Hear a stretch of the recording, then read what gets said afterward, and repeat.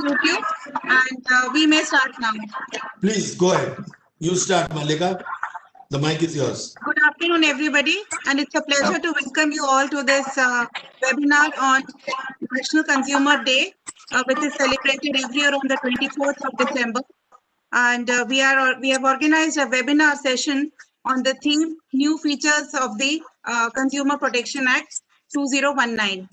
It's a great pleasure for us to welcome the chief guest, Shri Arun Singhal, the Chief Executive Officer of Food Safety and Standards Authority of India, and other eminent panelists and speakers.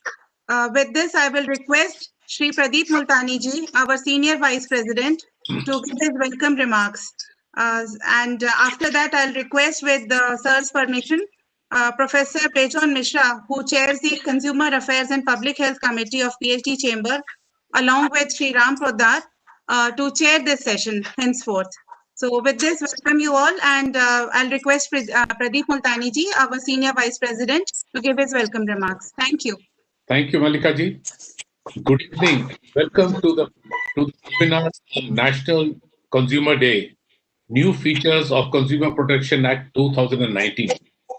We have today with us eminent panelists, our chief guest, Shri Arun Singhal, IAS Chief Executive Officer, FSSAI, Government of India, Mr. Robert Johnstone, EU Representative for the International Alliance of Patients Organizations, London, UK, Shri Wajahat Habibullah, IAS retired, former Secretary to Government of India, Chairman, Patient Safety and Access Initiative of India Foundation, Mr. L. Bansing, IAS retired, former Secretary to Government of India, Chairman, Online Foundation, Dr. Darlando Thanvi Katling, Vice Chancellor of Northeast Christian University, Nagaland, Professor Yogesh Pratap Singh, Vice Chancellor in Charge, National Law University, Odisha, Dr. Mahesh Gupta, former President, PhD CCI and Chairman, Kent RO Systems Limited,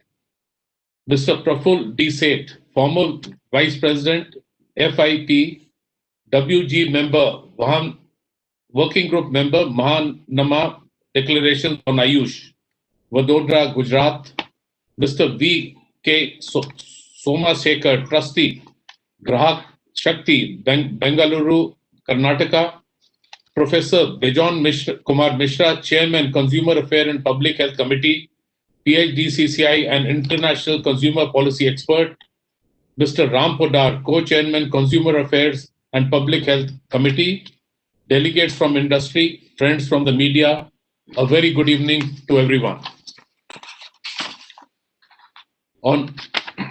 It is a special privilege to welcome amongst us Shri Arun Singhal, CEO, Food Safety and Standards Authority of India, in short, FSSAI.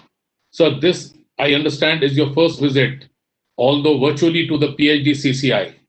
Sir, I will take a moment to introduce our chamber to you.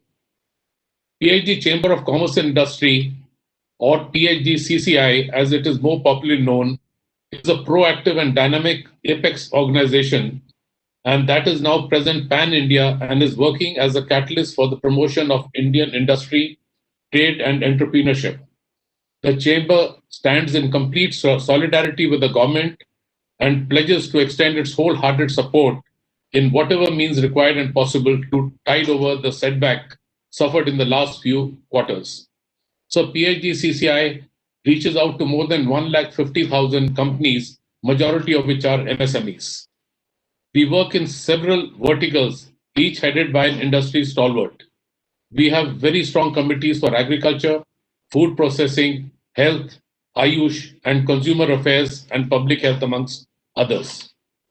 The objective of the Committee for Consumer Affairs and Public Health is to highlight the importance of the consumer movement and the need to make every consumer more aware of their rights and responsibilities on one hand, and also protect the industry and the business on the other hand. We have Professor Bejon Mishra, who heads this committee, and Mr. Ram Prodar, who's the co-chair with him. The Consumer Protection Act was enacted on this day way back in 1986. The new act has several features which make it better and simple and more consumer friendly. I'm glad that Professor Bijon Mishra and Mr. Ram Podar have decided to hold this event, which is relevant for each and every one of us. The Consumer Protection Act 2019 has come into force, replacing the 33-year-old Consumer Protection Act 1986. The new act strengthens the legal and policy framework towards achieving the avowed object of better protection of consumer in India and bringing new dimensions on ethical business practices and consumer protection. The rules got notified in July this year, and the Central Consumer Protection Authority has started functioning. The Act aims to provide consumers with effective safeguards against different types of exploitation, such as defective goods, deficiency in services, and unfair trade practices. The enactment of this Act is a historic milestone within the customer movement within the country. I also wish to congratulate Professor Bijon Mishra, Chair, and Mr. Ram Podar, Co-Chair, for deciding to launch the HamaraAyush.org portal today.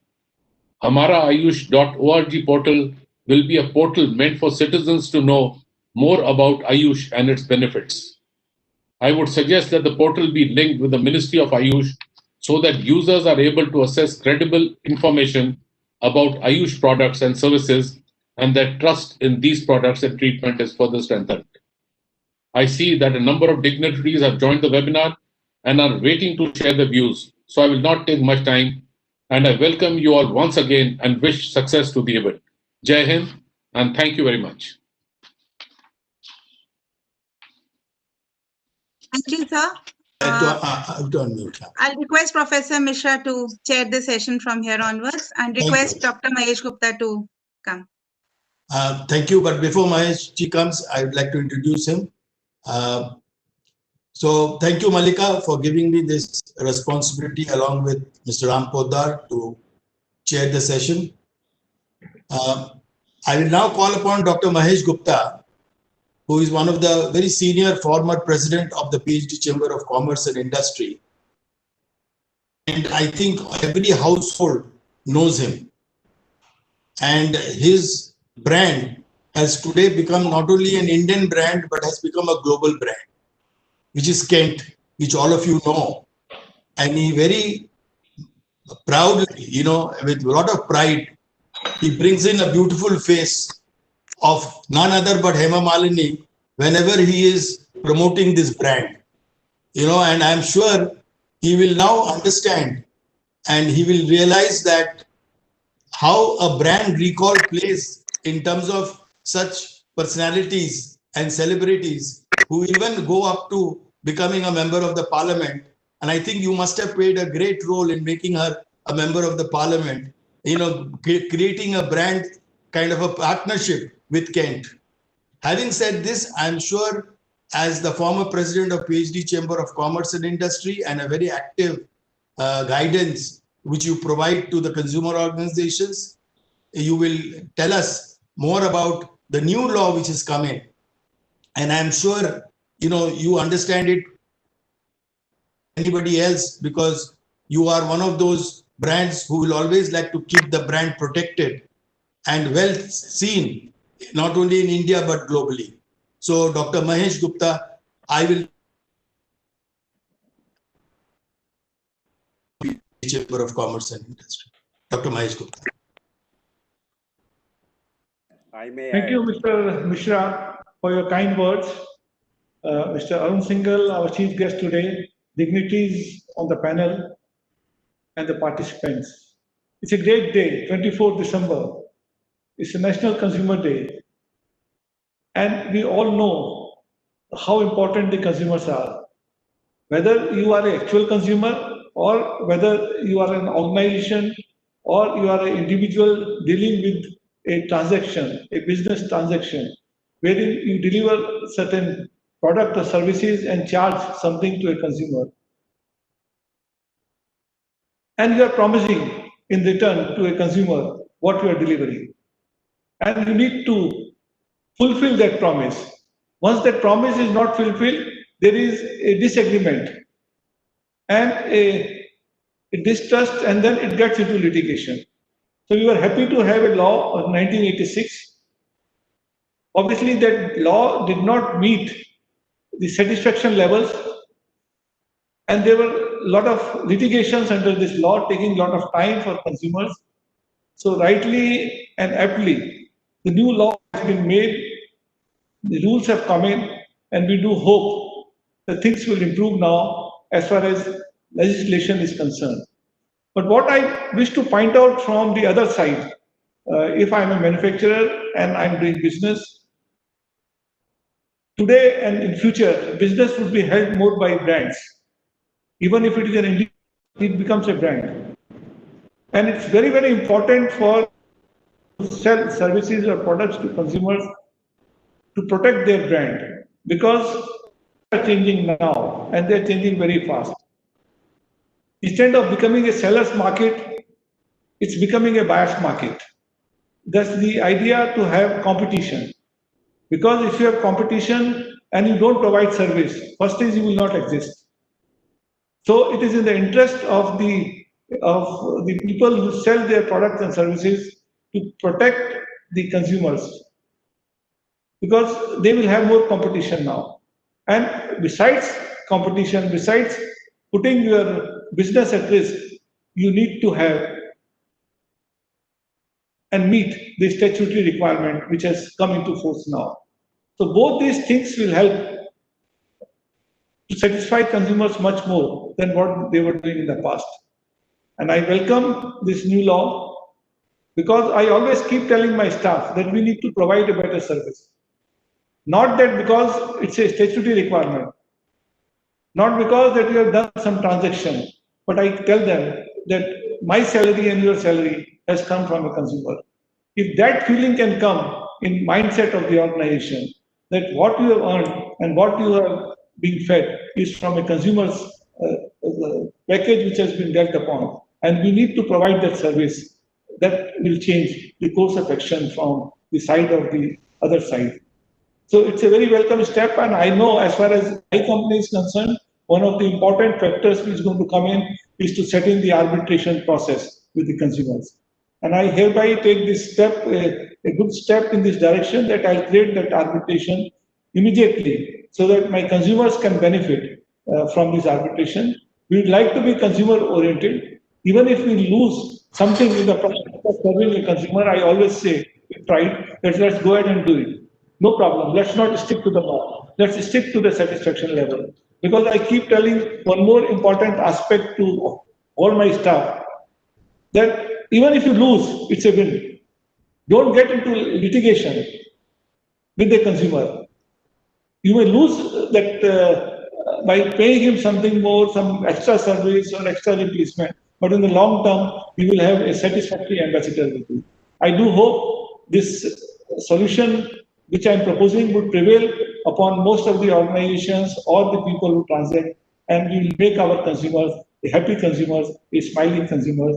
So it will be a good befitting reply to this law. Thank you very much. Thank you. Thank you very much, Dr. Gupta, for giving an excellent introductory kind of a message on today's occasion. I am supposed to now set the agenda and bring in the objectives before we launch the hamaraayush.org portal for the people to come in and know about Ayush in a simple language which they can understand. Today's agenda, as Malika already explained, the theme is the new Consumer Protection Act of 2019, where the rules have been framed. The Central Consumer Protection Authority has come into place, has started working. And I'm very happy and I'm very proud that we have a regulator amongst us who looks after our interest in terms of safety in food and managing the quality of food in the food chain in the country. So I'm very happy that we have the CEO of FSSAI, with us, Shri Arun Singhal ji, who is a very senior civil service official today serving the government, and I'm sure he will give us a direction in his inaugural speech as the chief guest. So before I request the portal to be launched by the chief guest and Robert Johnston, who is with us. Robert, nice to have you with us right from UK to India on this great occasion of the National Consumer Day. Robert has been on the board of International Alliance of Patients Organization, and he was the one who got me inducted into the International Alliance of Patients Organization. He was very much behind me to motivate me and inspire me to that movement of patients groups of the world. He is today representing you in the International Alliance of Patients Organization. He heads a number of patients groups. And before I request Robert to speak, we would all have the honor of launching the hamaraayush.org, today in the hands of our chief guest, Mr. Arun Singhal, and Robert and others. So I would request the back-end team to kindly launch the portal. Please launch the portal.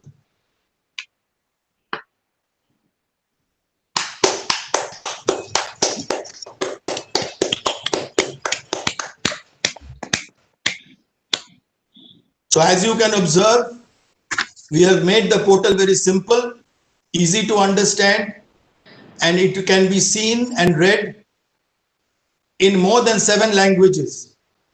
Some are international, some are Indian, like we have Hindi, we have Urdu. International, we have French, German. We also have Arabic.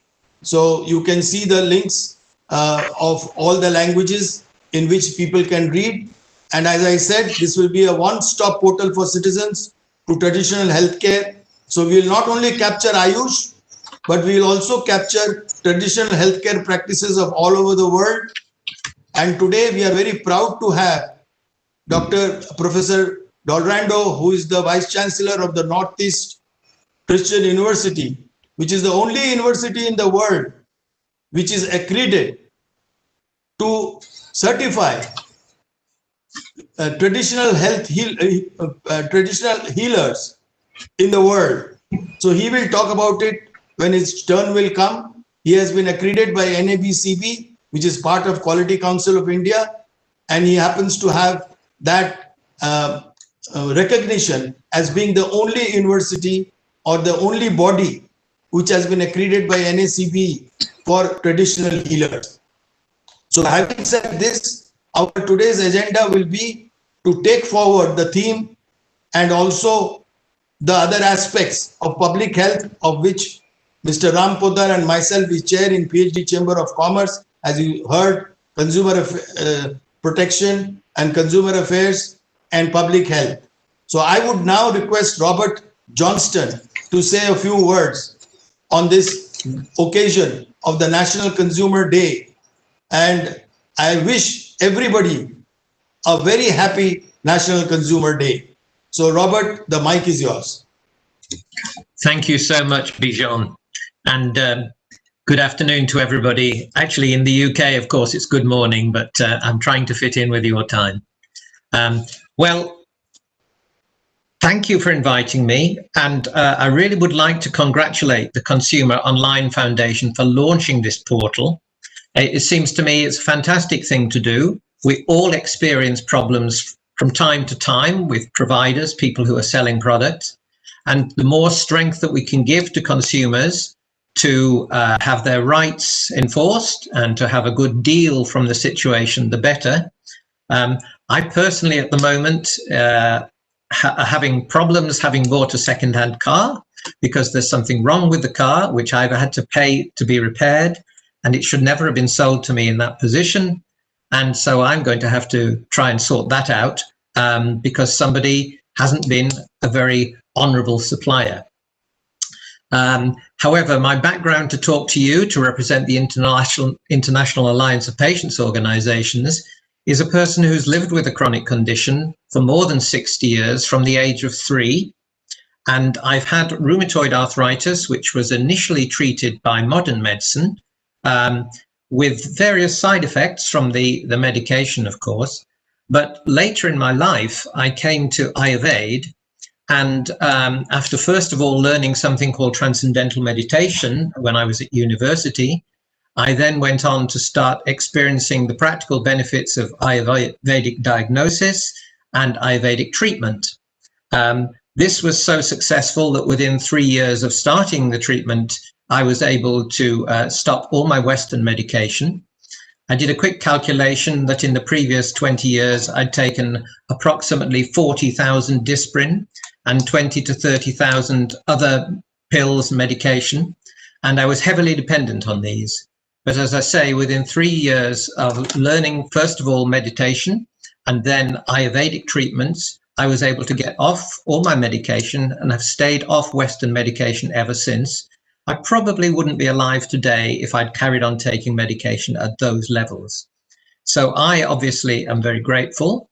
In my latter years, I've been to India several times for Panchakarma, to Delhi and to Kerala and to Tamil Nadu. And every time, nothing miraculous, but a gradual improvement and ability to sustain the quality of life which I have at the moment. And in fact, I would have been here again, back with you in India in January, except for the pandemic stopping all travel. So I very much hope to come again soon and maybe even meet some of the honored guests on the thing today when I come next time.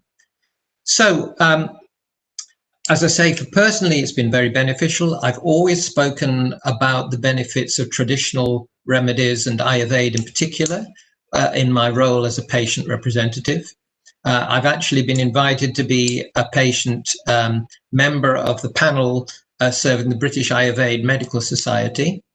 And I've also, in various lobbying roles, worked with the NHS as a patient representative with various branches of the NHS. And for instance, most recently, something called the Medical Healthcare Regulatory Association. So working with the regulators to help produce a better product for the consumers. I'm sure this online facility will be a great way for people to interact with the system, to interact with producers of medicines, to interact with hospitals. And so I thoroughly endorse what you're doing and hope I can continue to help you and to speak as an ambassador for Ayurveda wherever I get the opportunity. So thank you very much. I wish you all, you may not celebrate it, but I wish you all a Merry Christmas because that is just around the corner, and say namaste and good luck with this project. Thank you. Thanks a lot, Robert. Thanks a lot. In fact, on behalf of all our participants, my panel members, I also wish you and all your family members a Merry Christmas and of course a very Happy New Year. Who could be a better champion than you? You know, and I'm sure all of you will agree that Robert can be one of our best champions to promote our Indian traditional healthcare, not only in UK, but globally. So Robert, thanks a lot for taking your time and coming amongst us today, even with all those challenges in terms of the time swap, which we have, and you have made it. We are very grateful that you are here. Now I would call upon our chief guest, Sri Arun Singhal-ji, who is the Chief Executive Officer of the Food Safety and Standards Authority of India. He was earlier to this assignment, he was with the Ministry of Health and Family Welfare, where I happened to meet him. And we still continue a very good relationship. And it is only because, let me tell you, a great characteristic about him. You know, he's a great listener. He listens to everybody. He's accessible. He makes sure that he not only listens, but what he likes, he does it. And he doesn't take time to do that. That shows efficiency. That shows a new, very good bureaucrat. And in my association with the government in the last 40 years, I have come across few bureaucrats who are like him, Mr. Man Singh, who is also with us today, you know, who is now happens to be our chair. After leaving the government and all his assignments, he decided to join a consumer activism by being the chairperson of the Consumer Online Foundation. So it's very good to have people like you all and to encourage us, to take us to the right direction so that we don't get misled, we don't get carried away, by misinformations. And I always believe that in order to do well, you should be able to talk to everybody and get into a process of making sure that you take your decisions and positions after listening to people who are experts on the subject, not carried away by emotions and not getting carried away, by what people are saying, but getting established by what science is talking about. So without now wasting any more time, I would like to all of you, on behalf of all of you, welcome our chief guest and request him to inaugurate this event on the occasion of the National Consumer Day, to celebrate it in PhD Chamber of Commerce, along with consumer organizations, academic institutions, and many professional bodies who are part of us in today's discourse. So I would now request our chief guest, Sri Arun Singhal ji, to kindly take the mic and inaugurate the event and give his introductory remarks in the chief guest of the occasion. Mr. Arun Singhal, the mic is yours.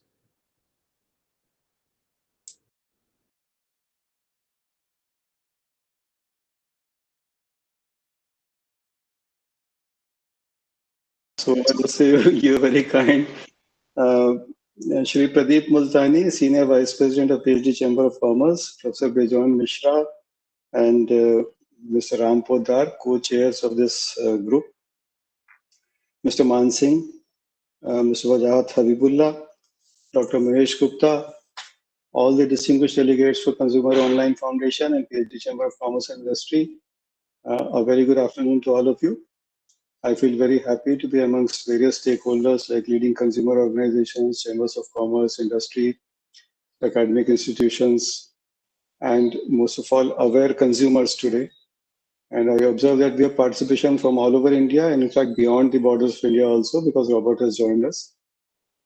I must thank Mr. Pradeep Multani for, actually PhD Chamber of Commerce does not really need any introduction. We've been interacting with PhD chambers for the past 33 years. I've been doing that, but it's very kind of him to introduce PhD Chamber of Commerce to me. And I must thank him and all the members of the PhD chambers for the assurance of cooperation given by him today.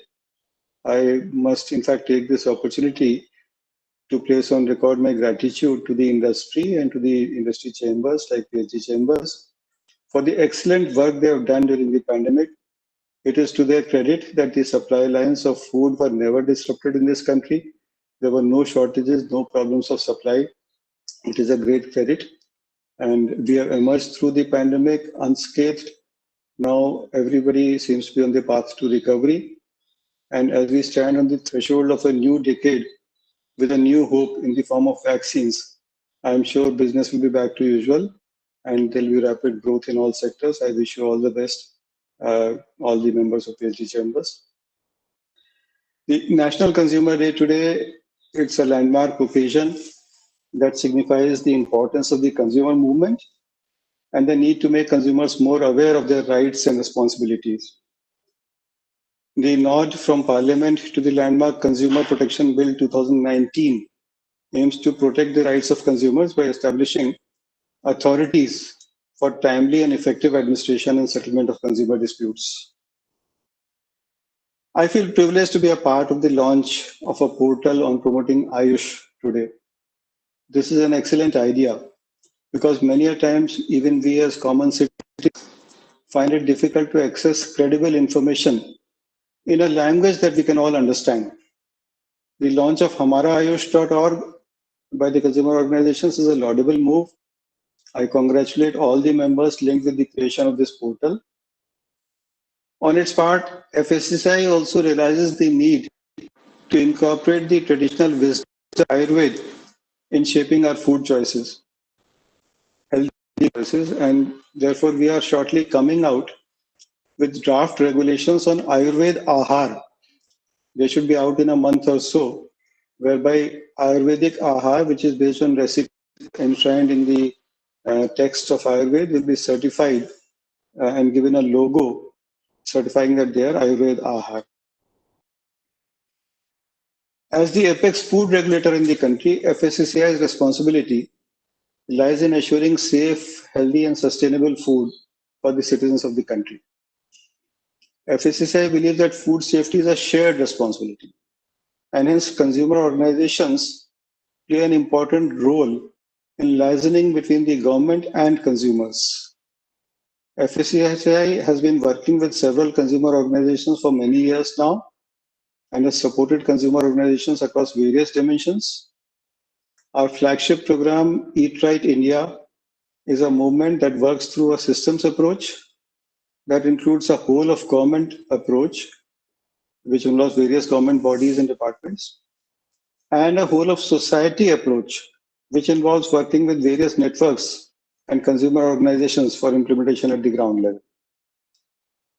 During the Swasth Bharat Yatra, which was a pan-India cycle rally, various consumer organizations were the front runners in creating awareness about safe and healthy diets and combating food adulteration.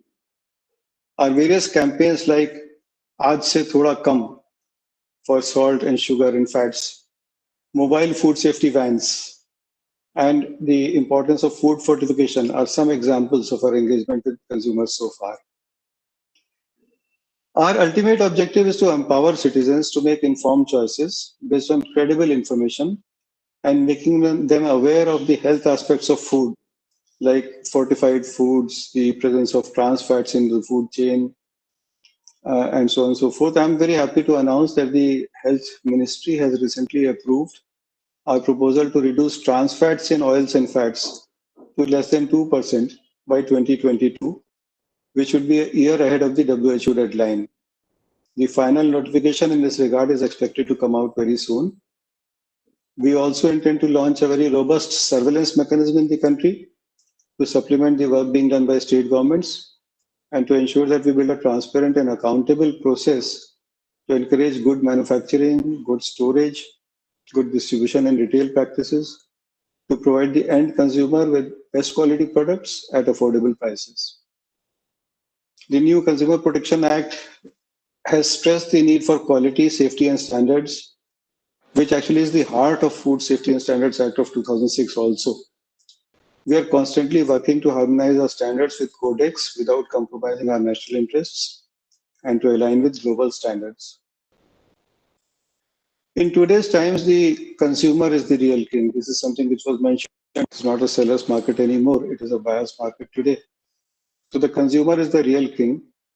And we at FSSAI strongly believe that once consumers understand the need for eating safe, eating healthy, and eating in a sustainable manner, and they start demanding healthy food, governments and food establishments will deliver as per their expectations. So we believe that it is half of our job, half of course is regulation, but it is half of our job to make consumers aware. And the moment they stand up on their feet and demand good services, services would be provided to them. Today, on the occasion of National Consumer Day, I congratulate various consumer organizations for their constant support and dedication in spearheading the agenda of eating right in every possible manner. I take this opportunity to sincerely request consumer organizations to work in tandem with the Food Authority and spread awareness amongst consumers and empower them about their rights as well as their responsibilities. Food is a common requirement of all consumers, and I really hope and desire that consumer organizations make safe and healthy food for consumers their topmost priority. FSSAI will stand solidly with you in this endeavor. I'm very happy that I've been able to join you today on the occasion of National Consumer Day 2020. And I congratulate all the participants and the organizers for hosting this event today. Thank you very much. Back to you, Professor Mishra. Thank you very much. Thanks a lot. In fact, today's day will not only be remembered because of the National Consumer Day, but I'm very happy that we are able to get you to give us this message, which you said, which will become a kind of a way forward for us in the coming years. And we really feel happy that you have called upon the consumer groups to align with the Food Safety Authority. And we have with us also today, consumer organizations as speaker from Bangalore, Grahak Shakti. apart from many consumer groups who must be listening to us today through YouTube and through other channels, and they must be participating in this event. Having said that, I would now request our chairperson, Sri Levendu Mansingh, to kindly give his opening remark as a special address to all of us as the former secretary to the Government of India and also as chairman of a consumer organization, Consumer Online Foundation. Sri Mansingh ji, the mic is yours. Thank you, Vajal Babu, Mr. Chair, and the distinguished participants. I am very grateful to have been invited by PhD Chambers to this very important webinar on the occasion of the World Consumer Day. I was not only a former Secretary of Consumer Affairs, I'm also a former regulator. I was the founder chairman of the Petroleum and Natural Gas Regulatory Boards. So that way, and also Mr. Singhal would not be aware, I was involved in the process of setting up your authority. It went through several stages and it took a number of years.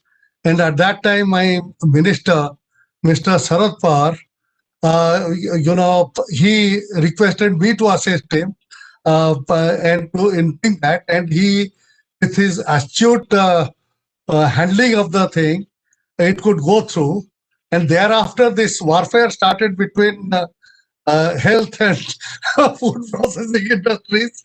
That was anticipated. And somehow, Mr. Sharad Pawar, it was a delight to see how he handled these things.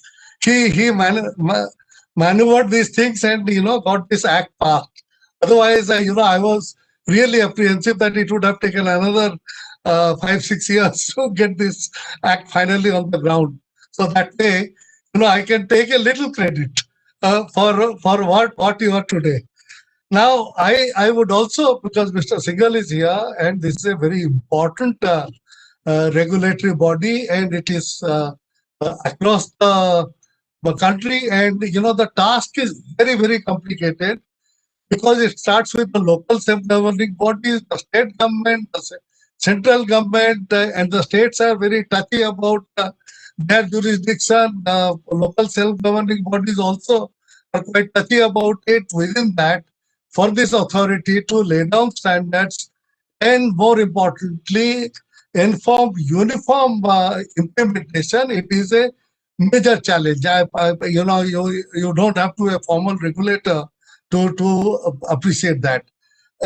Having said that, I have a one specific agenda for you. I can't restrain myself from mentioning it. During my time in consumer affairs, I received a international NGOs survey of several countries of street food in different countries, which included India.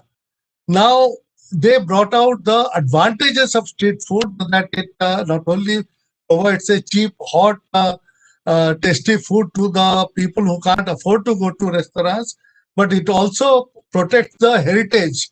Many of these, food that you get on the streets, they might disappear if but for the street food vendors. And so there they said that many countries, even before that survey, like Singapore, Malaysia, etc., we know how they have really not only preserved the street food, made them hygienic, but also made them into major tourist attraction. Singapore is the best example. They started first. And so I wrote to all the state governments. At that time, unfortunately, this body had not come about. And although a few people remember that, yes, some letter had come, but nothing came out of it. I would request you to please, take it as a personal mission, because, all of us, whether you can afford it or not afford it, we like to, sometimes go and eat pav bhaji or golgappa or aloo tikki, etc. All of us enjoy it. And very often you think your wife will be tugging you away. You think it's not safe to eat in these places, etc. But you will go. So I would request you to kindly ensure that the awareness about the importance of street food, making them hygienic, how it can be done, that has also been, the guidelines are there. So that is something I would request you to take it as a personal mission, irrespective of whatever else I'm certain you will be doing. Now coming to the main theme of the this today's webinar, it is the new Consumer Protection Act. It's a old act, and I would like to mention here. I am reading a book by my predecessor, who's unfortunately not here, Mr. Wajahat Habibullah. He was also, one of my predecessors in consumer affairs. He has written a book about his years with Rajiv Gandhi. Their family is close to the Nehru Gandhi family, and he was in the PMO both during Mrs. Gandhi's time and also continued as Joint Secretary in Mr. Rajiv Gandhi's time. And there, Rajiv Gandhi is must be given the credit of taking the initiative and pushing through the old Consumer Protection Act. It was, Bijan knows how difficult it was, how much struggle it had to be done. Now, I would just like to mention, as a of common interest to everybody here, that in that book, Mr. Habibullah mentions that Mr. Bijan Mishra by name, saying that Rajiv Gandhi remembered him, that yes, there was this consumer activist called Bijan Mishra who had met him when he had gone to Jamshedpur, and he said he was saying something about some act, etc. So he said, why don't you recall him? And so Bijan Babu was called to meet the Prime Minister. He heard it and said, this is a good idea. I mean, why don't we go ahead with it? So he, I presume, must have said, sir, it's easier said than done. Unless you take any interest, it will not go through. He says, tells me later when I mentioned that Habibullah Sahab aapke baare mein likhe hain wo kitab mein. So he said in front of him, Rajiv Gandhi phoned, probably Sarad Yadav must have been the minister at that time. No, Mr. HKL Bhagat. HKL Bhagat. And he told Mr. Bhagat, he said कि ये बिजन मिश्रा आके हमको मिले हैं, बहुत बढ़िया idea है. देखिए 9 महीने में ये कायदा पास होके अमल होना शुरू हो जाता है. And Bhagat couldn't, take the risk of going beyond that 9 months, and it was done within 9 months. Okay, having said that, we, all of us in consumer affairs, the whole of government of India, we used to take credit that for a long time we used to take credit that this is the only country in the world which has a Consumer Protection Act. The second country to join this, share this distinction turned out to be, it's very embarrassing to mention, it is Pakistan. Okay. Now I said it is a reflection of our failure that we have such an act, because you can't say that because USA doesn't have a Consumer Protection Act, so the consumers have no protection. There they have much higher level of consumer protection, consumer satisfaction, but they don't need a separate act. And what does that act provide? It provides for a setting up of a 3-tier consumer courts. So I, as a consumer, or all of us are a consumer, each one of you, and including me, is a consumer, you have a grievance against whichever product. So you have no recourse. You have to go to a consumer court. You go there. The other side will be a big manufacturer. He will hire a fancy lawyer, and you are at a disadvantage. It is a reactive act. It doesn't enhance, in my opinion, raise the level significantly of consumer protection in this country. In fact, you see the pendency of cases in all the levels of Consumer Protection Act. You will know that the government of India's intentions that it would provide fast-track relief, quick relief to consumers with a grievance. It has not been fulfilled, maybe to some extent, but not to a large extent. Now, what is the new Consumer Protection Act? That also 2 years, many of those provisions were initiated during my time. And what has it provided, which I would like to highlight? The main thing is that we used to say that have a proactive body. So that has been provided. It is the Consumer Protection Authority. Now the issue is how it is going to be implemented, with what effectiveness. That I will leave to other panelists, mainly the legal experts here, that how it can be effectively utilized. Thank you for giving me a patient hearing.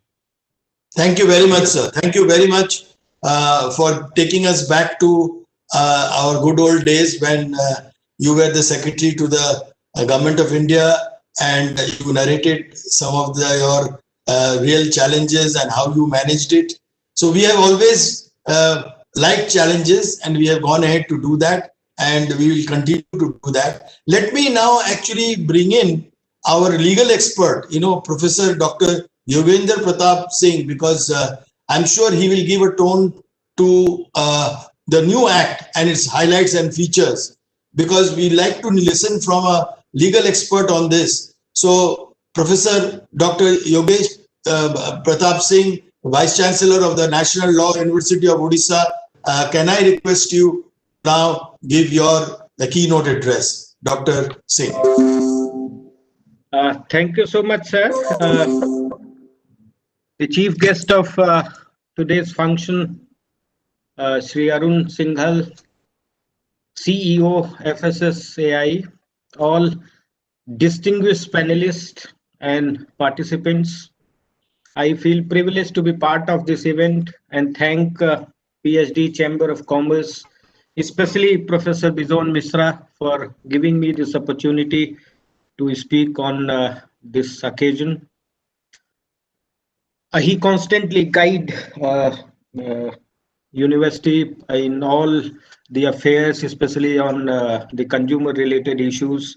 We have a center in the university which works for the consumer rights and does research work.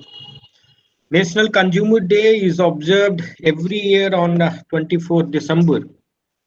Because on 24th December 1986, the old Consumer Protection Act was enforced and notified by the Government of India, which was regarded as the Magna Carta in the field of consumer protection for checking unfair trade practices.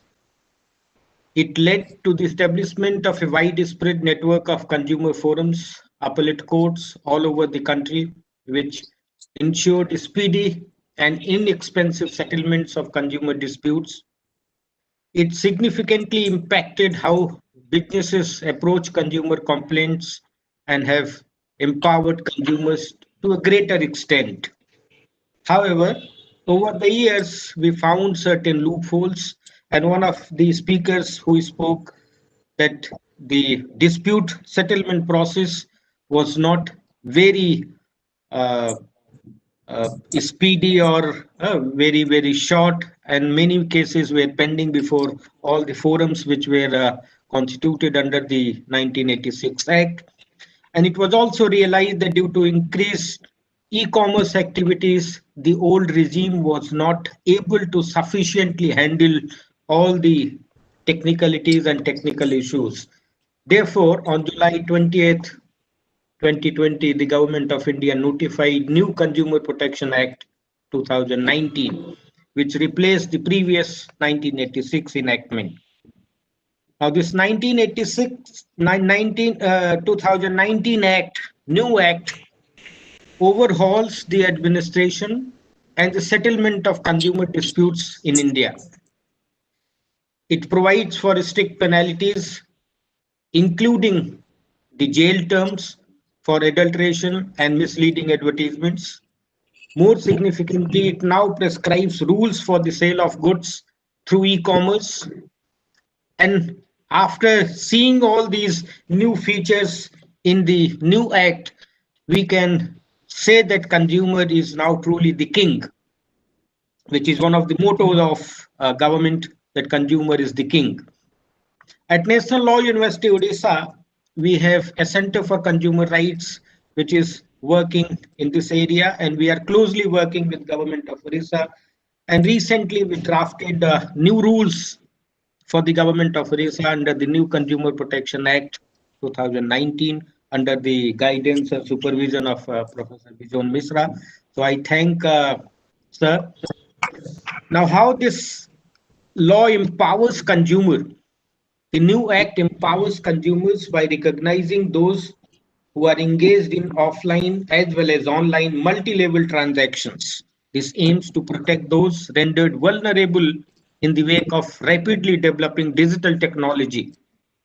Under the notified provisions, a consumer can now institute a complaint from his or her own place of residence or where he or she works for the gain. This comes as a significant change from the earlier regime 1986 law under which a complaint could have been initiated only in the place where the transaction took place. So this is one of the significant changes which the new regime has brought in. The act also makes some structural changes which includes rules for the establishment of the Central Consumer Protection Authority to protect and enforce the rights of the consumers. The Central Consumer Protection Authority is empowered to conduct investigations into violation of consumer rights and institute complaints and prosecution, order recall of unsafe goods and services, as well as discontinue unfair trade practices and misleading advertisements. It will also have powers to impose penalties on manufacturers, endorsers, and publishers of misleading advertisements. A number of changes have been introduced to the dispute resolution process, including the pecuniary, because our civil justice delivery system is not very conducive. We know the kinds of problem our justice delivery system faces, and civil, especially the civil justice delivery system, people say that jo diwani mein jata hai wo diwana ho jata hai, because once you file a civil suit in the civil court, then it is very difficult to come out, and it is very also difficult to find solution to get remedy in your lifetime. So number of changes have been introduced to the dispute resolution mechanism, including the pecuniary jurisdiction of the commissions, and the act empowers these commissions to review their own orders. The pecuniary jurisdiction of district commissions have now increased from 20 lakhs earlier up to ₹1 crore. Pecuniary jurisdiction of the state commissions increased from ₹1 crore to 10 crore. National Commission can hear cases above ₹10 crore, up from earlier threshold of ₹1 crore. So new act now provides for simplifying the consumer dispute adjudication process in the Consumer Commission by enabling a consumer to file complaints electronically. This is another significant change which this new regime has introduced, that we can file an electronic complaint as well as video conferencing for hearing cases by the commission. So by sitting at our home, we can file not only complaint, but we can complete the hearing process also. The new provisions also includes deemed admissibility of complaints. If the question of admissibility is not decided within the specified period of 21 days. So this is also, in my opinion, very significant change which this act has made. Another feature of this act is that this keeps a strict watch on e-commerce activities. The rules for the prevention of unfair trade practice by e-commerce platforms will also be covered under this act. Under this act, every e-commerce activity entity is required to provide information related to return of goods, refund of goods, exchange, warranty and guarantee, delivery and shipment, modes of payment, grievance redressal mechanism, payment methods, scrutiny of payment method. And more significantly, the rule also stipulates that e-commerce entities must also include the country of origin. This is to enable the consumer to make an informed decision at the pre-purchase stage on its platform. The other special feature, in my opinion, which this act has brought in is the idea of product liability. The concept of product liability brings within its scope the product manufacturer, product service provider, and the product seller for any kind of claim for compensation.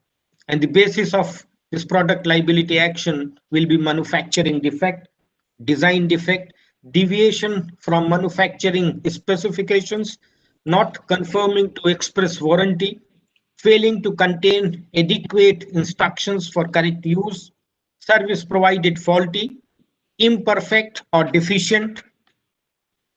So under new act, the e-commerce will be governed similar to direct selling in India, and online platforms for selling goods or services or aggregating services will be held liable for any violation of consumer rights or adopting any unfair trade practices. So these are the specific features. We can go into details of these features, but I was told that the time is very limited because many distinguished people are there in the panel, and they have to speak. What I think is more important is to organize more and more such programs. Recently, National Law University Odisha also organized with the help of state government, consumer food safety department of government of Odisha. So more and more programs we have to organize so that we can sensitize people and we can sensitize our consumers about their rights. This is not only their right, this is our, and if they have right, it is our duty. So through university or government organization or non-governmental organization or organizations like some of them are participating today, we have to organize many more programs so that we can fulfill the dreams of this new Consumer Protection Act. Thank you so much for inviting me, sir. Thank you very much, Professor Yogesh. Thank you very much. In fact, as you know, once I got invited by you all, I am one of those people, like Jago Grahak Jago, who never lets people go to sleep. So we have a lot of work to do under the National Law University of Odisha. And I'm sure with your leadership and with your guidance, we will do a number of activities. Yes, sir. We'll do, sir. We'll do. Yeah. We will be able to bring in a lot of policies within the government.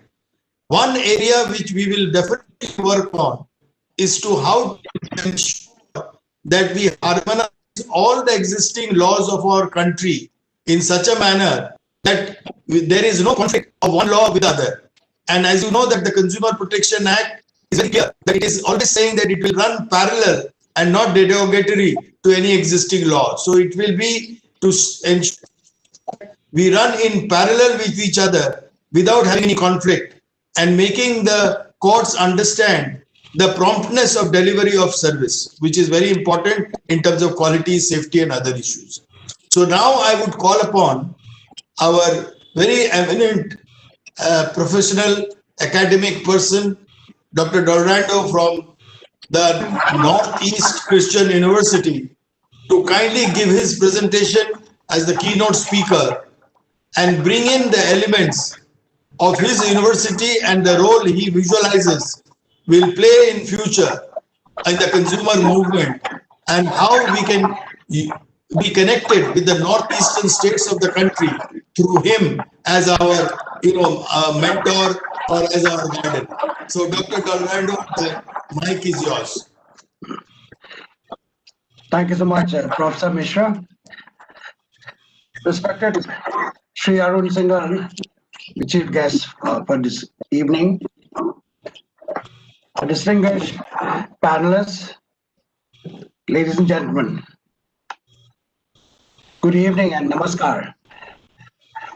I thank the organizers of this webinar for the privilege and honor to share a panel with such distinguished and eminent personalities. I come from a fairly newly established university located at one end of the country. Even so, the Consumers Protection Act covers the entire country, no matter how remote we may seem to be. What we do seem to need more of is awareness and education of the CPA. This is actually listed as one of the rights of the consumer. And as a university that offers education and that promotes dissemination of knowledge in ways to improve the quality of life of individuals and of society as a whole, the provisions of the CPA falls directly within the curriculum of any educational institution. Today, I'd just like to share on a few, maybe two aspects that our university has been actively working on. In today's theme, it says new features of the Consumer Protection Act 2019. Just now, our distinguished speaker, Professor Yogesh Singh, he had spoken about different provisions, one of which was on product liability. Here, with the new act, the responsibility lies with the manufacturers and the sellers to ensure safety and quality of the product as per description. Now, for me, my personal view is in this, perhaps if I may submit the manufacturer, wherever possible, could consider going for manufacturing sustainable products, which perhaps are less likely to cause injury or harm to a user or buyer. The United Nations also defines sustainable consumption as the use of material products, energy, and material services in such a way that it minimizes the impact on the environment, so that human needs can be met not only in the present, but also for the future generations. Sustainable consumption and production refers to the use of services and related products which respond to basic needs and bring a better quality of life while minimizing the use of natural resources and toxic materials, as well as the emissions of waste and pollutants over the life cycle of the service or product. Sustainable manufacturing is a creation of manufactured products through economically sound processes that minimize negative environmental impacts while conserving energy and natural resources. Sustainable manufacturing also enhances employee, community, and product safety. In factories, one of the best ways to improve the sustainability in the manufacturing operation is to fully embrace renewable energy, for example. Power sources like wind, solar, hydro, or biomass are very clean and in most cases can actually reduce bills when compared to those sourced exclusively from traditional fossil fuels. Now, the onus of sustainable products would perhaps lie not only on the manufacturers, but also on the consumers. Consumption refers not only to individuals and households, but also to governments, business, and other institutions. Sustainable consumption is closely related to sustainable production and sustainable lifestyles. A sustainable lifestyle minimizes ecological impacts while enabling a flourishing life for individuals, households, communities, and beyond. It is the product of individual and collective decisions about aspirations and about satisfying needs and adopting practices which are in turn conditioned, facilitated, and constrained by societal norms, political institutions, public policies, infrastructure, markets, and culture. One can ensure the use of these to minimize impacts on environments so that human needs can be met. not only in the present, but also, as I said, for future generations. The ongoing pandemic has actually taught us that our actual needs are few and that man and nature can live in harmony. Already in the world, there are many products available commercially which are known as sustainable products. More well known are those that are related to the cosmetic and general healthcare industry, from natural based or nature based products, whether it's soaps or shampoos or conditioners or deodorants. Then also in using of cotton and jute and avoiding the use of plastics. As a university, for us, we are working in trying to create a kind of incubation center that is based on bamboo cultivation and training in bamboo technology and products. Bamboo is the construction medium of the future. And we are planning on a 100-acre bamboo plantation area on the campus. The range of products is numerous. It ranges from small things from toothpicks and matchsticks to spoons to panels to veneers, from fibers to bioplastics. These are bamboo plastic composites, from food to furniture. So there's a whole range of products that can come just from this one medium, bamboo. This will be our way, the university's way, a small contribution to bringing sustainable consumption. The other aspect I'd like to share on is what earlier was mentioned, especially on the launch of this Amara website that we Amara Ayush website that we launched today.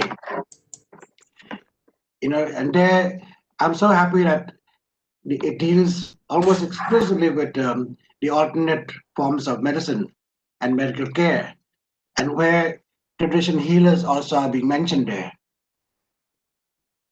Now, in the Northeast, we are very rich in tradition and culture, and is also known for its very strong biodiversity.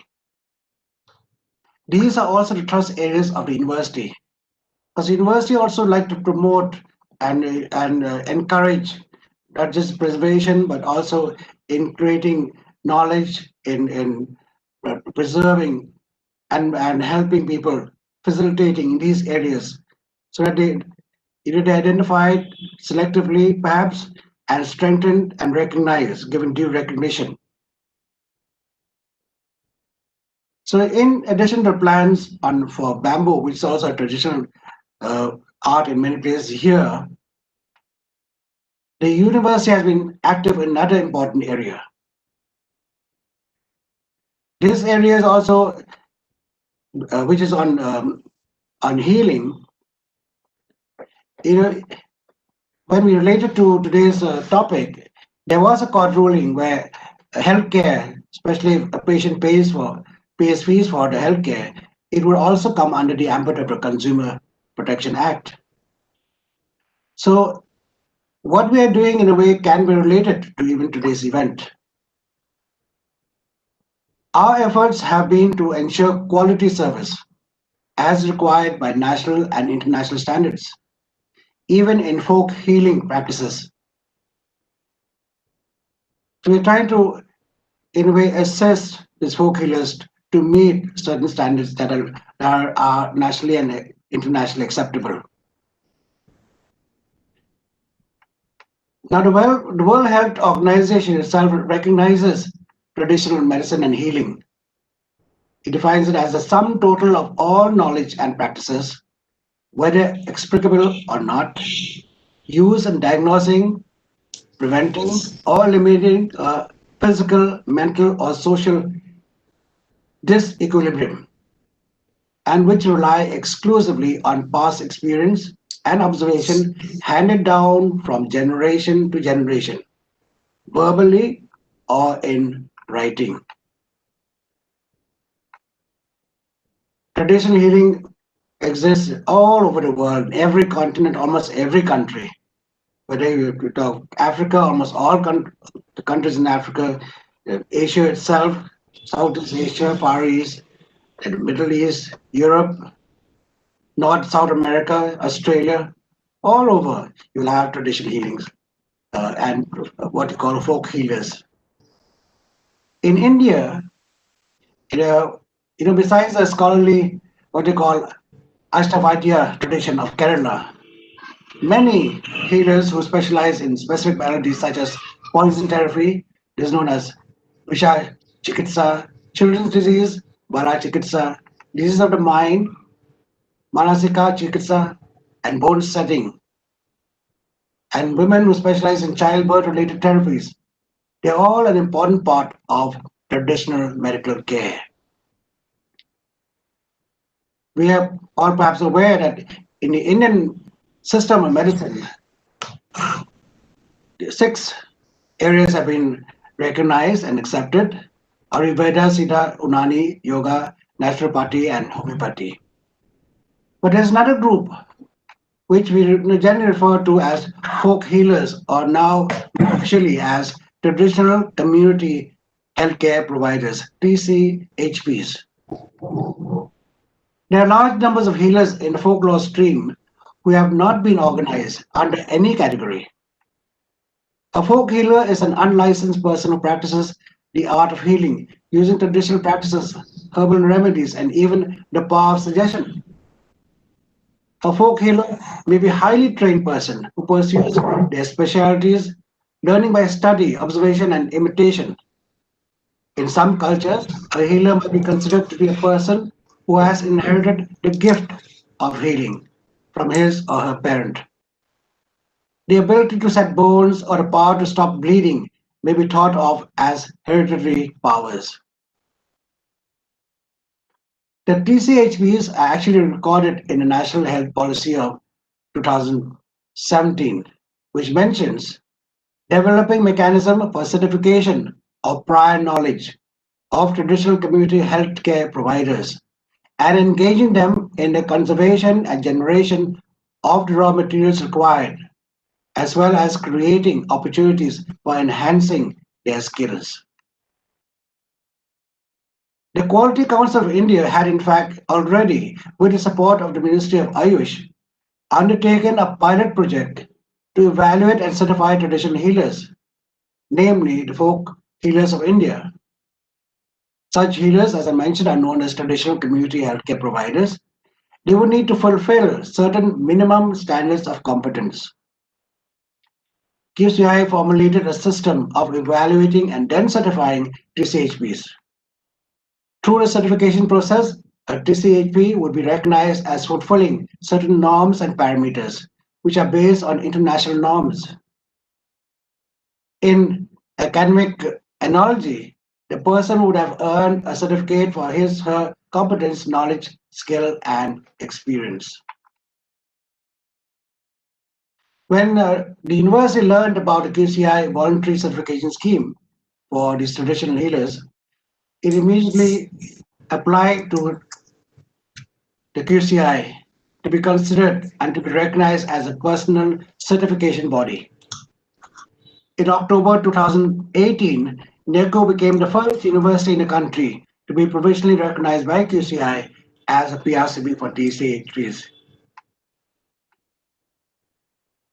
As a PRCB for TCHPs, through the QCI scheme and set procedures, NECO has been assisting in the evaluation and certification of traditional healers who have been rendering tremendous service to society by certifying them to be meeting international standards. We have completed certification programs for some healers in Tripura, in Assam, in Nagaland. Owing to the pandemic, we could not go on to Meghalaya and Manipur, but the moment the situation permits, we shall be proceeding there as well. And now we also have, again, from Assam and Nagaland, some more applications. So as and when we can, we shall also be going there to evaluate and what they're like. Now, as we accept and understand, TCHPs, the traditional healers, may not attend formal or informal classes at any educational institution, but their knowledge and skills might surpass many who have had a formal education. They may be the first consultants for many in the rural areas. TCHPs are also often the last mile health service providers, often in places not accessible by vehicles and where conventional medical service is lacking or absent. Now, NECU then learned about the possibility of being accredited. This was important for us because then it was important for NECU also to be accepted, that we were also we had a benchmark which is high and which is recognizable by people across the country and across the world. In India, the National Accreditation Board for Certification Body, NABCB, is the established authority to undertake accreditation of certification and inspection bodies as per applicable international standards. This includes us, PRCBs. For such thing, the accreditation is generally carried out as per common international standards of ISO, and for certification bodies, it is as per ISO 17024. So we have to wind. Yes, so can you please close closing remark? Okay. So NECU applied for the accreditation, and this year, to 2020, NECU was accredited by NABCB. As mentioned by Professor Mishra earlier, NECU is the only PRCB for TCP to be accredited by NABCB in India. Even in the world, it is the only organization so recognized. So this in short gives us about our university and the activities that we are doing related to ensuring quality and also going for sustainable consumption. We will be establishing a cell also devoted to awareness and education of CPA. And we would invite all the experts and anybody who's interested from across the world and across the country also to help and guide us in effectively promoting this cell to do its work well, as well as any projects that we have been undertaking. Thank you so much for your patient hearing. Thank you once again for this privilege. Namaste. Thank you very much. Thank you very much, Professor Dorvindo. Actually, I must confess to you, you heard the chief guest in his opening remarks. And the whole country actually wants a leadership on sustainable consumption, which you have very aptly covered. And in order to promote that, there could not be a better place than a state like Nagaland, which has shown how you can, in a coexisting manner with the nature, without disturbing the nature. And anybody who visits always comes back with great memories and with great thoughts. So, I really congratulate you, and I want to put on record and thank you.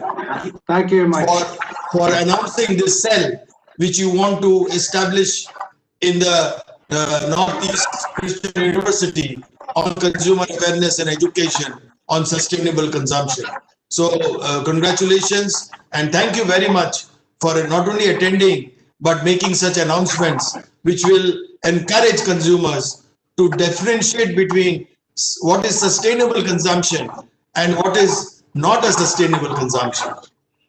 So with this, I would now call upon none other but our Dr. Dorvindo. You have to mute yours, my case. Can I now request Shri Praful D. Seth, who has been a guidance and a mentor and a guide to us in terms of several technical matters on healthcare, especially public health. Shri Praful Seth has not only worked in the corporate world in the pharma industry with organizations like Ranbaxy, but he acquired his education from US in terms of being one of the most sought after pharmacists of the country. He has been the vice president of FIP, that is the Federation of International Pharmacists. which is a very active international body. And he has also played a very key role in making the documents ready under the declaration, Mahamana Declaration on Ayush, which we started during the COVID time from the month of May. And we shall continue to work on that till March of 2021 to submit a publication to the government on how to promote and encourage Ayush system, not only in India, but also in the world. And I'm very happy to inform all the listeners, all the participants, all the panel members that Praful Bhai, as we fondly call him, he has played a big role in developing this portal, which was launched today amongst all of you, which was inaugurated by none other but Shri Arun Singhal and Robert, who represented the International Patients Organization in today's launch. So now I would request Shri Praful Seth to kindly take the mic and give his special address to the participants. Praful Seth ji. Please unmute.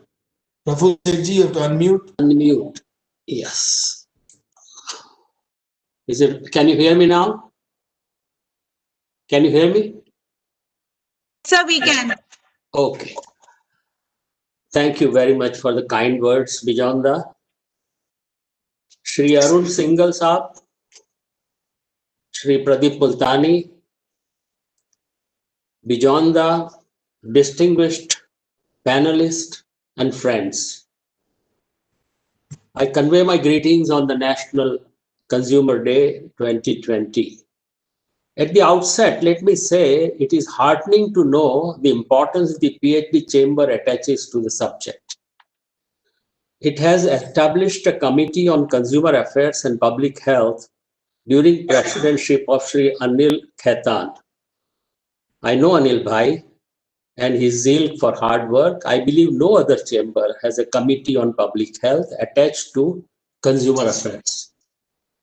I wish to first congratulate PhD CCI and the leadership for such initiative. I like to narrate few instances and also make few recommendations in the area of public health.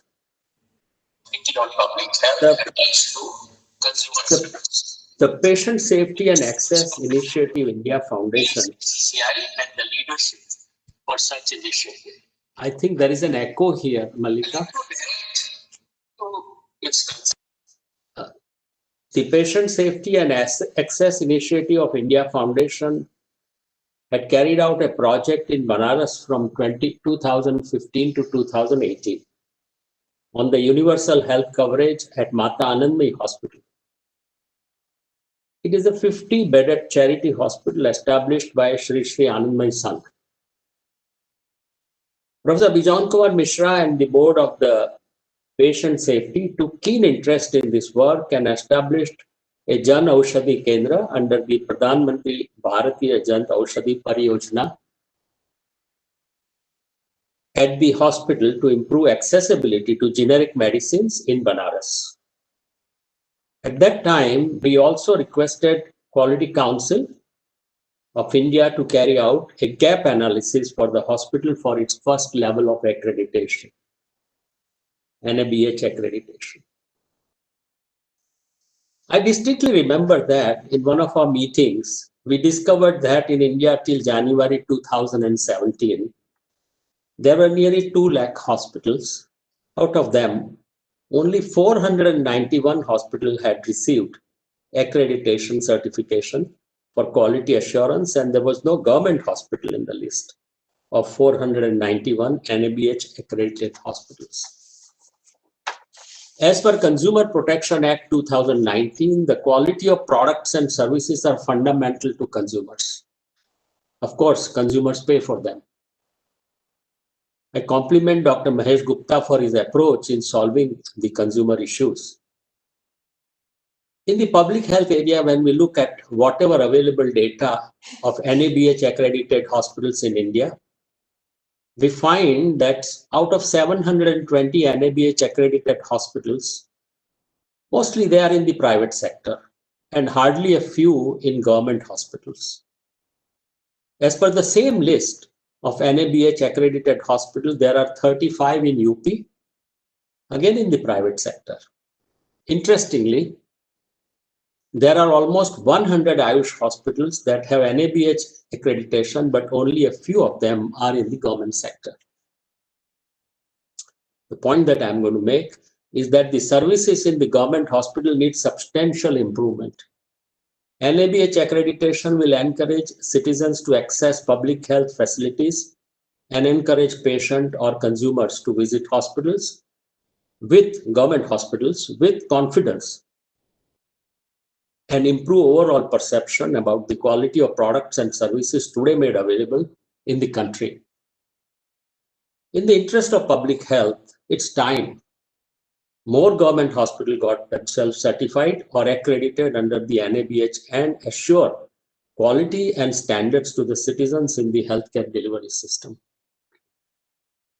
I also recommend that all empaneled hospitals under the Ayushman Bharat should have minimum entry-level certification of NABH without any discrimination.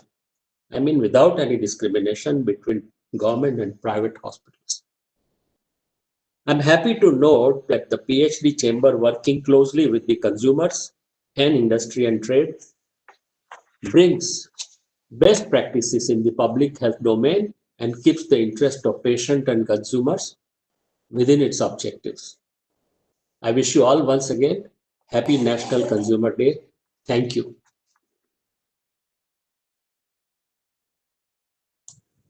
Thank you very much, Praful Bhai.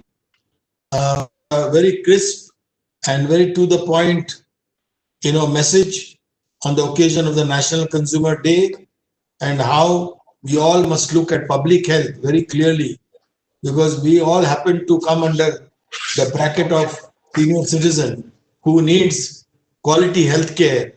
And at this point of time, when we have all gone through the rigors of the pandemic, we all know the challenges in terms of improving accessibility to public health, which is very, very important and paramount in everybody's life.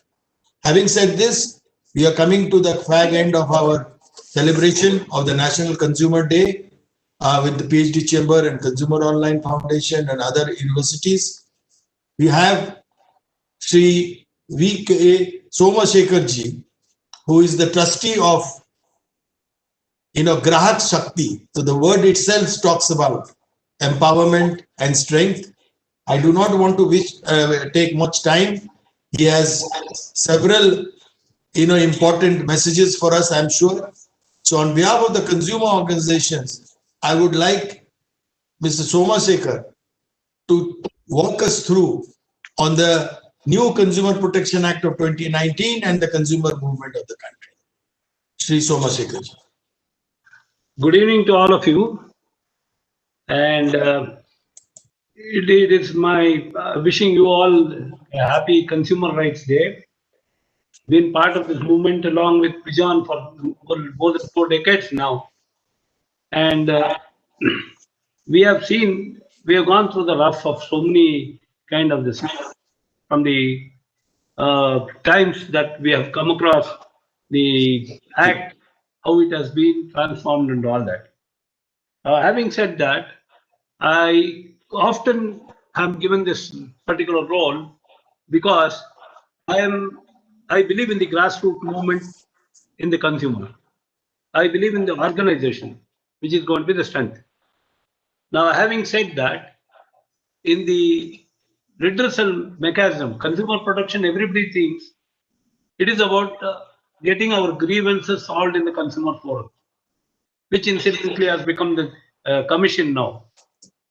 Now, if you look at that, the salient aspect is Chapter 2 of the Consumer Protection Act, previously in 1986, which talks about class action through various councils, the Central Consumer Protection Council, the State Consumer Protection Council, and subsequently in 2004, in the previous NDA led by Atal Bihari Vajpayee, they even brought it to the District Consumer Protection Council.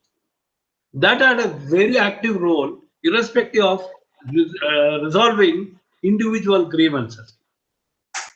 From that, it has now transformed into, in 2019, there is a paradigm shift.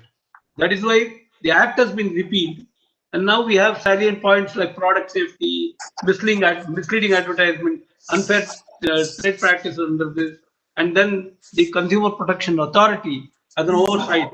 In fact, it is the European Union, Mr. Johnson would have added our this thing. There, the European Union has been practicing that, funding capacity building programs of consumers and giving an impetus to consumer movement also. The best part of it is, I start with an analogy. There is in a body, in a human body, there is a left and right hand. I would consider this as government and the consumer organization. Unless they do it, you won't get the sound. You get the sound only if both of them work together. And I'm delighted that our chief guest today has been Arun Singhal, which I was, going through actually how significant that Safety Standards Authority of India has played a role vis-a-vis, very strict. When the regulator came in, it had various challenges. Take, for example, it had to take on a multinational body and it shook it off by their firm kind of a thing. They resisted all kinds of attacks on them and they stood firm and proved that product had to be completely changed. In fact, they had to be withdrawn. We all know about how that had happened. So similarly, there are very good acts, very good people like Mr. Arun Singhal, which Bijan Mishra kindly mentioned. See, we need proactive officers. We have an experience in Kerala. The same FSSAI had TV Anupama. Both me and Bijan had participated in the state meeting where she participated. She was a very proactive officer. She withstood all the political onslaughts. In fact, that time Jayalalitha was the chief minister.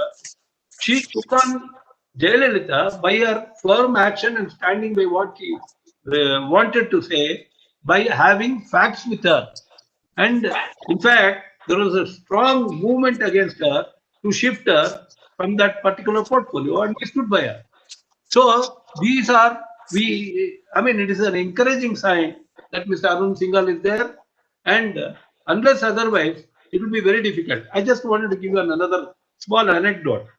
In India, long time back when we got a vending machine, the vending machine is supposed to replace human manpower and automatically give us the product. But our mentality, our tendency is, we don't know how to use a vending machine.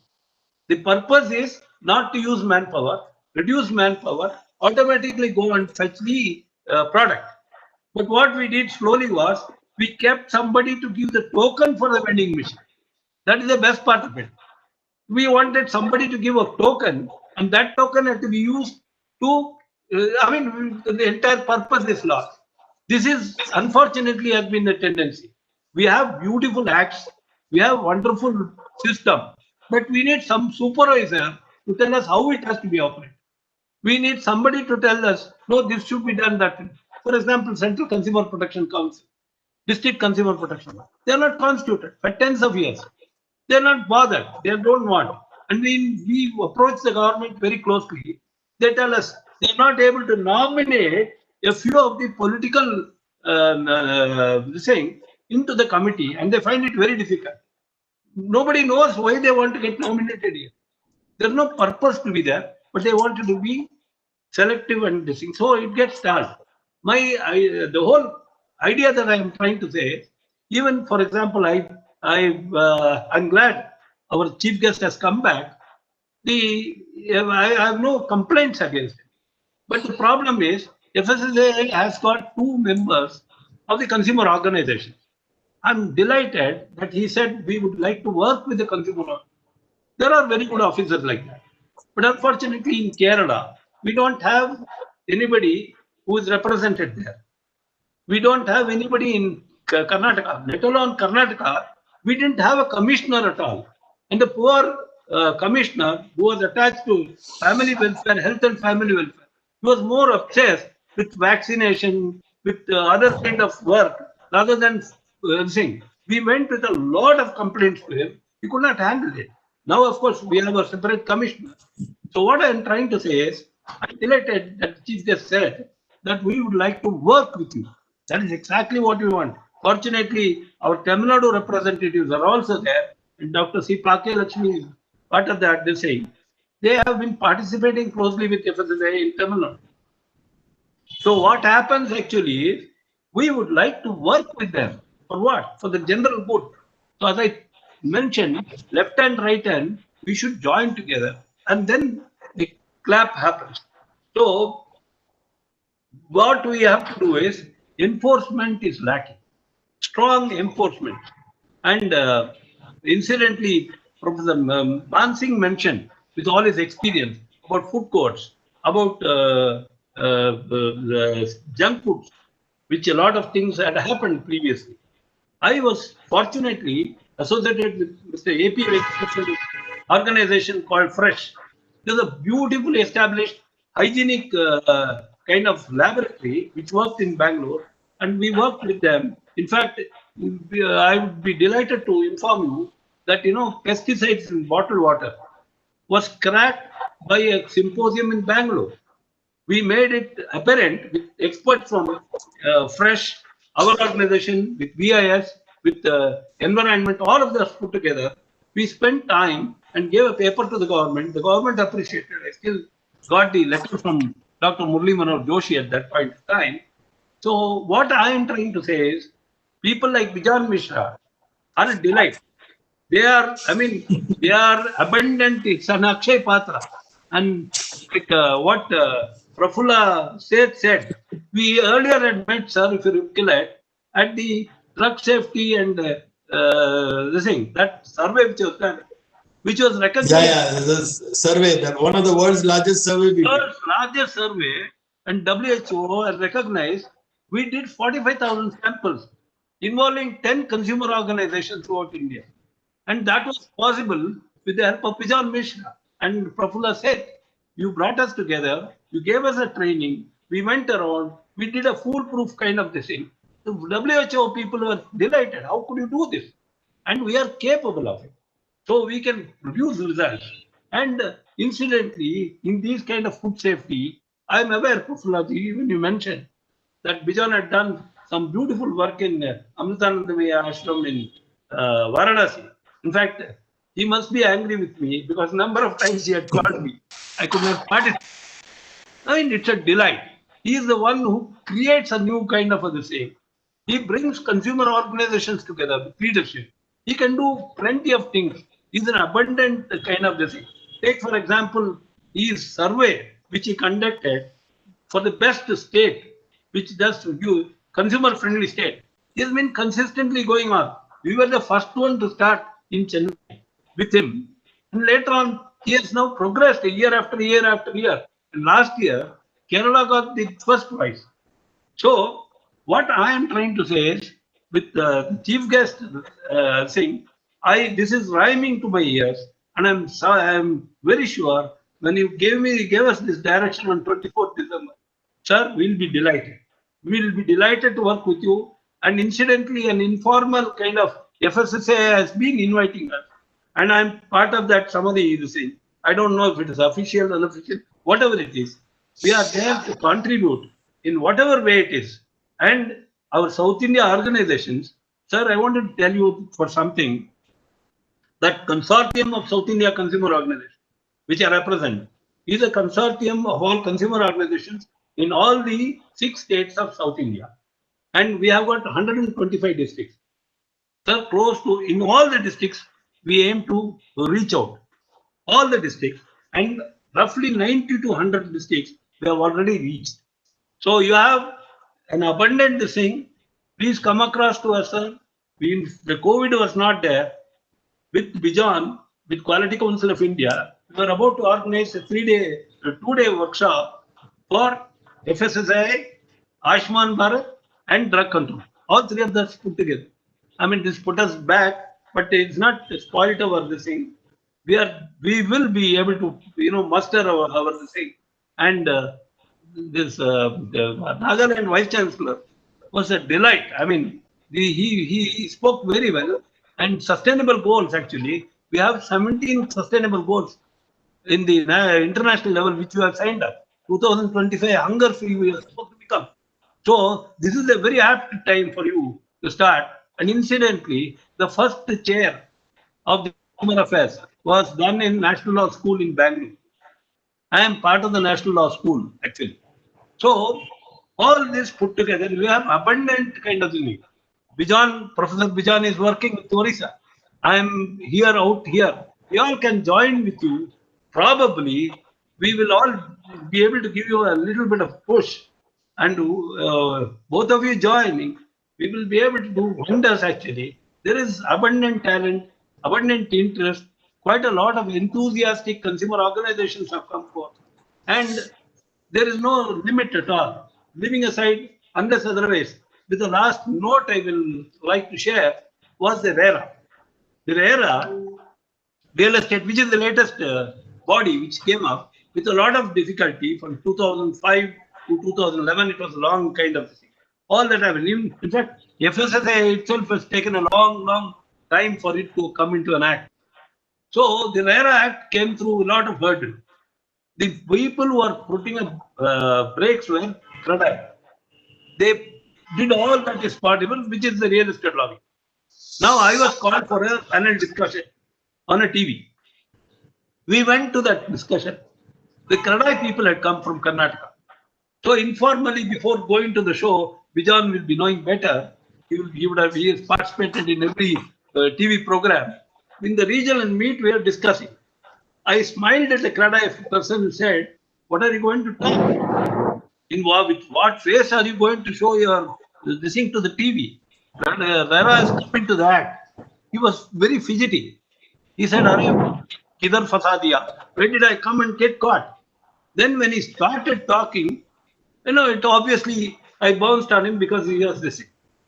Sir, I am sharing a joke with you on the National Consumer Rights Day. What consumer organizations prepared can do.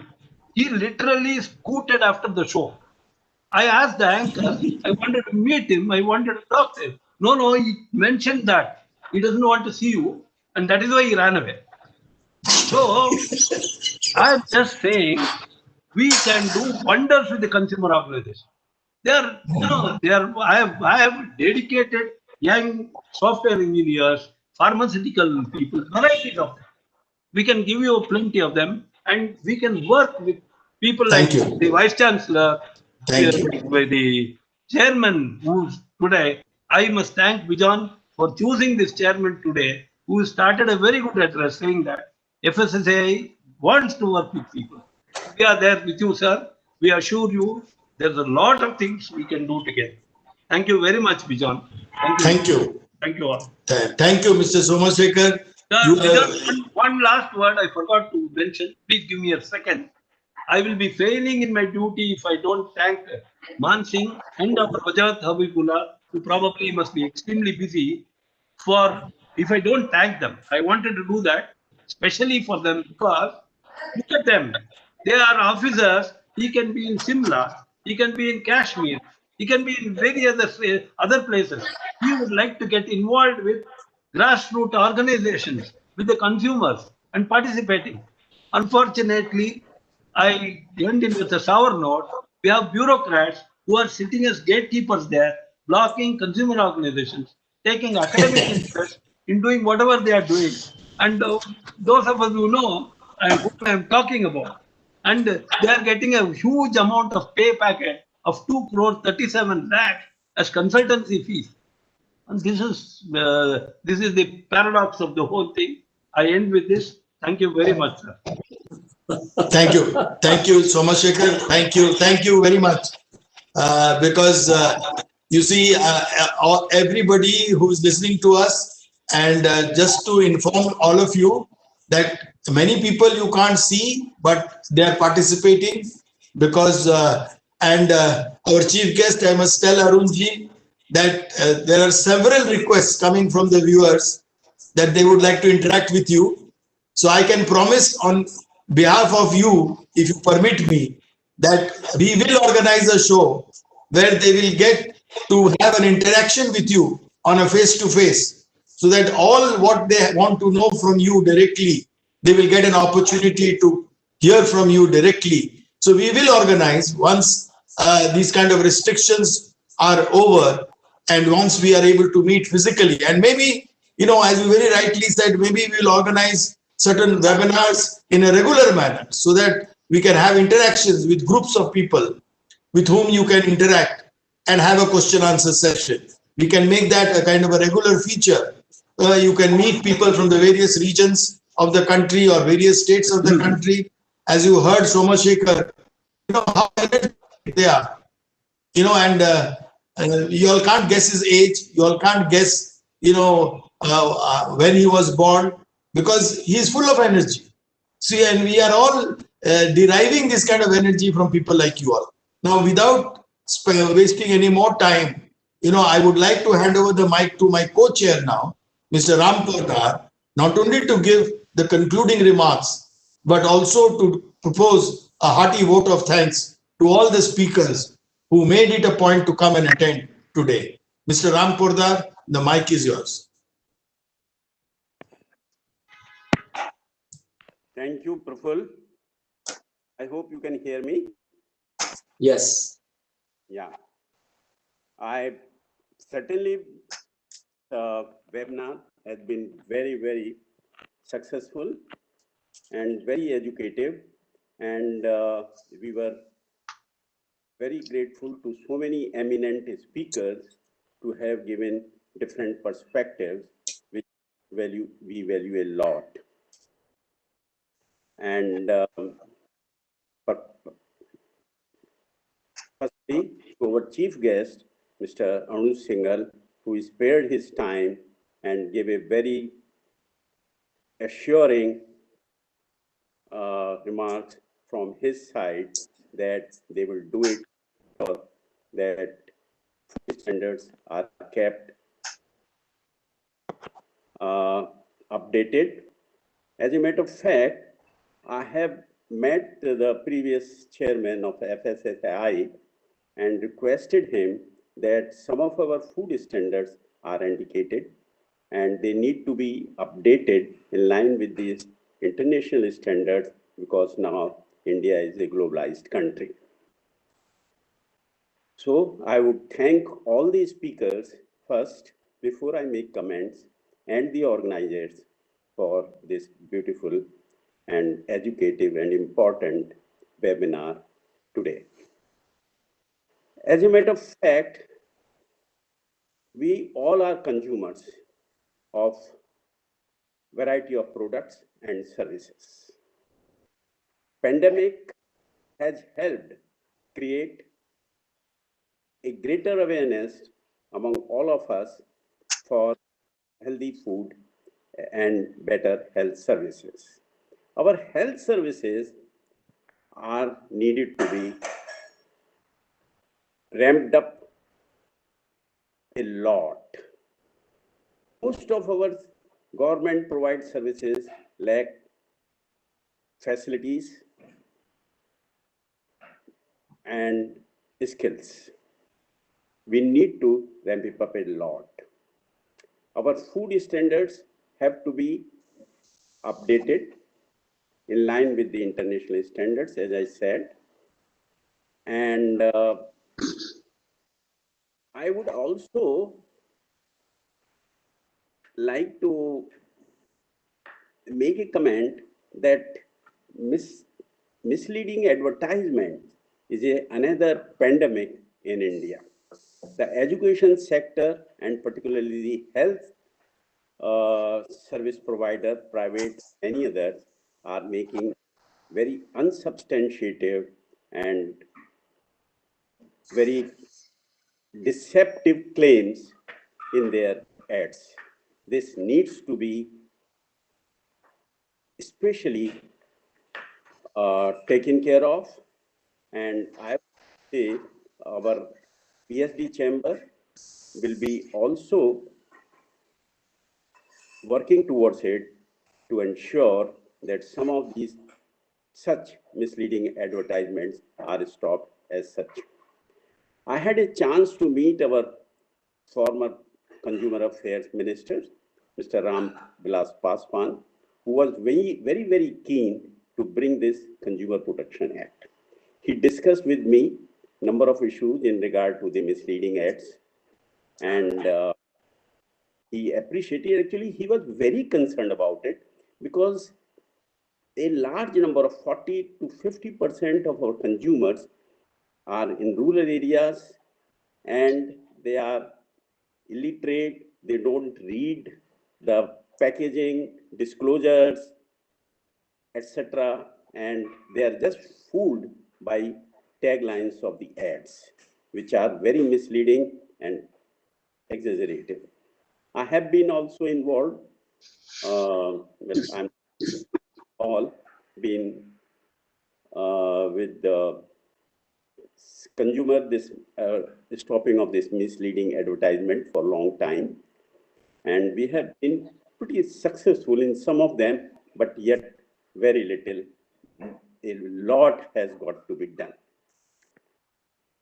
Another thing I would like to say that as far as manufacturer is concerned, I would agree with Dr. Mahesh Gupta that today, if our ads and products are advertisements, if we convey a reliable messages to our consumer, and the real product is found to be in line with the claims, the value of their product not only goes out, the brand, but the corporate image goes up substantially, and companies can make more money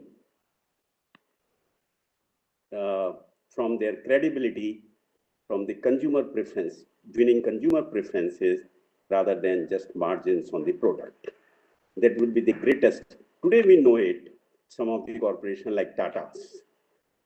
Any product coming from Tata's house, regardless what quality of that is, the consumer believes that will be better than others. What is that? This is the reliability of their claims over a period of time and delivery of the products and services. So all of the manufacturers and marketeers can benefit it immensely and gain substantially in both financial and reputational terms. I would also like to mention that though the objective of the new act are very laudable, but in view of multiple regulatory organizations in the country, there would be certain implementation issues, and I hope that over a period of time, these are sorted out. Not taking much of time, I would like to thank everyone, all the participants, all the eminent speakers, and the PSD Chamber organization, and particularly Mr. Bijon Mishra, who has been, I think, from the start a professional consumer activist, and he has done a wonderful job of organizing this webinar and inviting so many eminent speakers. Thank you very much.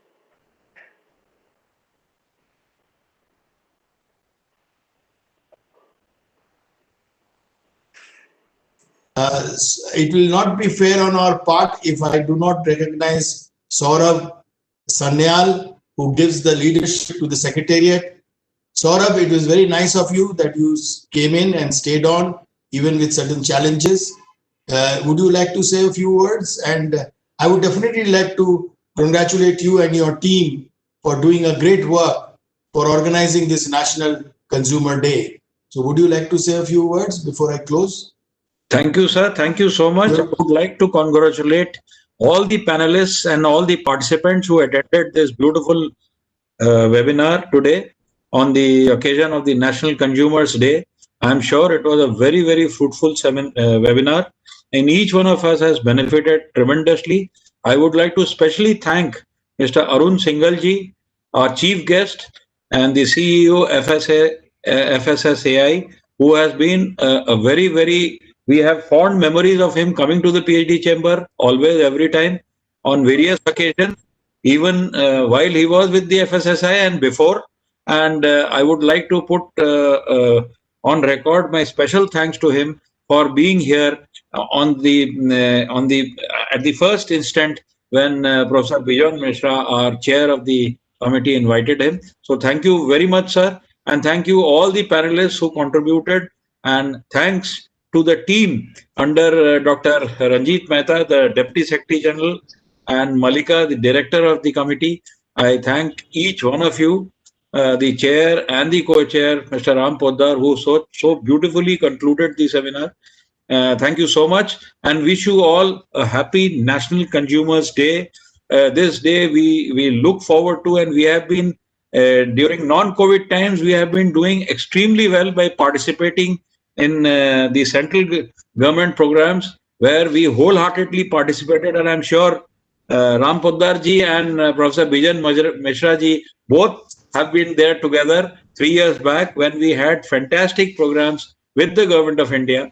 So thank you once again. I think those days are going to be back very soon once we get the vaccine, and we are really going to be enjoying that physical meeting and physical congratulations and physical exchange of ideas. Thank you so much.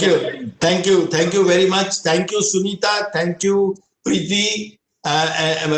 Because they are not seen, they want to hide their face, but they've done a great job. Thank you very much to all of you. Thank you to our chief guest who has stayed on with us till the end. Thanks a lot to all the panel members.